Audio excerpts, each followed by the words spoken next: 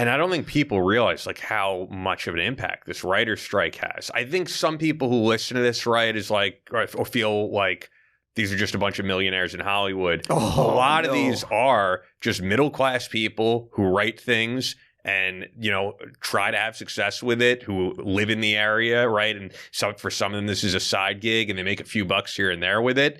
It's definitely not all not everybody's Michael Bay. No. And yeah, I mean, this idea of ChatGPT taking over everything and having AI write books and movies. I mean, actually, when you were talking about this being the best time in America or the world, that's one that's pretty scary. I don't want my art and my movies to be written by a computer. You can relax. You can relax because I've been playing with ChatGPT. It sucks. It sucks, okay? It's like asking Rosie, the robot maid in the Jetsons, to write you a romance book. There's no life in ChatGPT. You got to tell Brandon this because he was hyping up ChatGPT on the last show. No, it sucks for actually doing good creative work. Like I've gone to ChatGPT and asked it to outline a novel and everything. It's crap. I wouldn't read the stuff that it kicks out. I've asked for unique counterterrorism stories, unique espionage stories. It will get better, though. But it can only look backwards. So what it does is it looks at everything that exists on the internet and then tries to figure out what to take from those things it sees on the internet. There's no creativity. It doesn't create anything new. It just moves things around in different ways. So I'll ask it for a unique counterterrorism story, and then I'll ask it for a unique espionage story. It gives me the same story both times. We as creative people, from what I have seen as a thriller author, I'm not worried. I have not seen anything yet to worry me. And back to real quick what you said about the writer's strike, it is so true. And one of the big problems is you got a first season. So imagine Chris Pratt is negotiating season 2 for Jack Carr of The Terminal List. And he goes to Amazon and he says, okay, we know that X amount of people gave us 5 stars, but I don't know how many people watched it. And Amazon's like, we're happy with the first season. And Pratt's going to be like, well, we got to negotiate a price for season 2, you know? So tell me, how well did it do? We're happy with season 1. They don't share their data. And in the old days, before we had streaming and stuff like that, with broadcast TV, if there was a rerun of, let's pick something, MASH, okay? If there was a rerun of MASH, you knew there was a rerun because you saw it on TV. So you knew as a writer and as an actor and a director, you were due a certain amount of residual money. A residual check would be coming your way because you had an agreement that it could air this time, and every time it was a repeat, you got paid for that.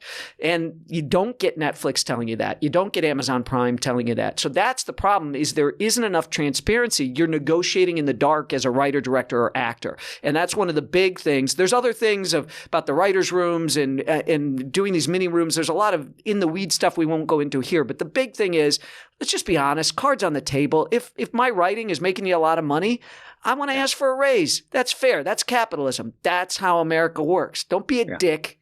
Give me the information. Yeah, I agree. I was going to ask you about the AI, but you just answered it. I mean, that was my last question. Is like, what do you think is that? Because I didn't agree with Brandon either. I caught the end of that, but then I had to leave. And yeah, I mean, what he was saying is, you know, and I don't think it's going to be the whole site, but like they have a software writer who's AI generated, but how can you get? I don't care what you do. You always are going to have that human spirit. Right. Real emotion behind it. Doesn't matter what, if you love what you're doing, it's always going to be there. And AI, you can't, I don't know if it's 100 years from now. It doesn't have a soul. It has no anima. It has none of that. It can't love. It can't hope. It can't express fear. There's all these things. You know, we break apart books as kids in school. You know, we deconstruct them. And what are the themes? AI can't generate a theme. It can't say this is what it means to fall in love at 13 as a young boy and still be in love when you enlist at 18. And while you're downrange, you find out that the girl you were in love with divorced her husband and now she's got cancer and you've got to decide, do I re-up or do I go back and try to take a shot with her? AI is never going to do that for you. It's never going to tell a deep, emotional, human story that resonates.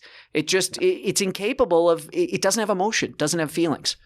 That makes me happy because I know Chris is seeing the same memes of like, you know, what would John Connor think if we were sucking up to AI? This is the problem. AI is a bullshit, get you to focus over here. It's the robot industry that wants you to ignore them. And we need to kill all the robots now, okay? I don't care about the AI. The robots have got to go. This is big robot trying to get you worried about AI and to not think about the Boston Dynamic dogs, those robot dogs. Right. I swear to God, we got to kill them now. We got to go into Cyberdyne Systems and blow that fucker up. Before it becomes self-aware. Cyberdyne up. Yep.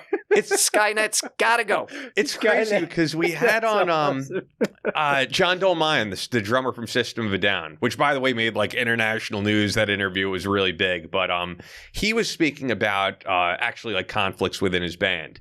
And we were just talking about the experience of going to concerts, like the human interaction. And he was saying, he goes, truthfully, between me and you, I think you're going to be able to just sit in your living room. You're going to be able to put on a VR headset and you're going to be able to see Jimmy Page or Jimi Hendrix live.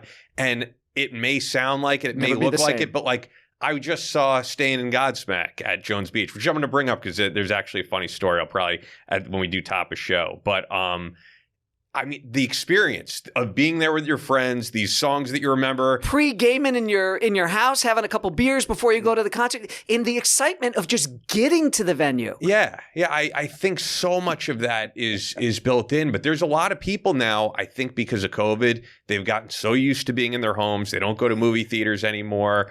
And I think it's terrible. Listen, you are never going to replace being with a person that you are sexually attracted to with a doll, with a VR headset.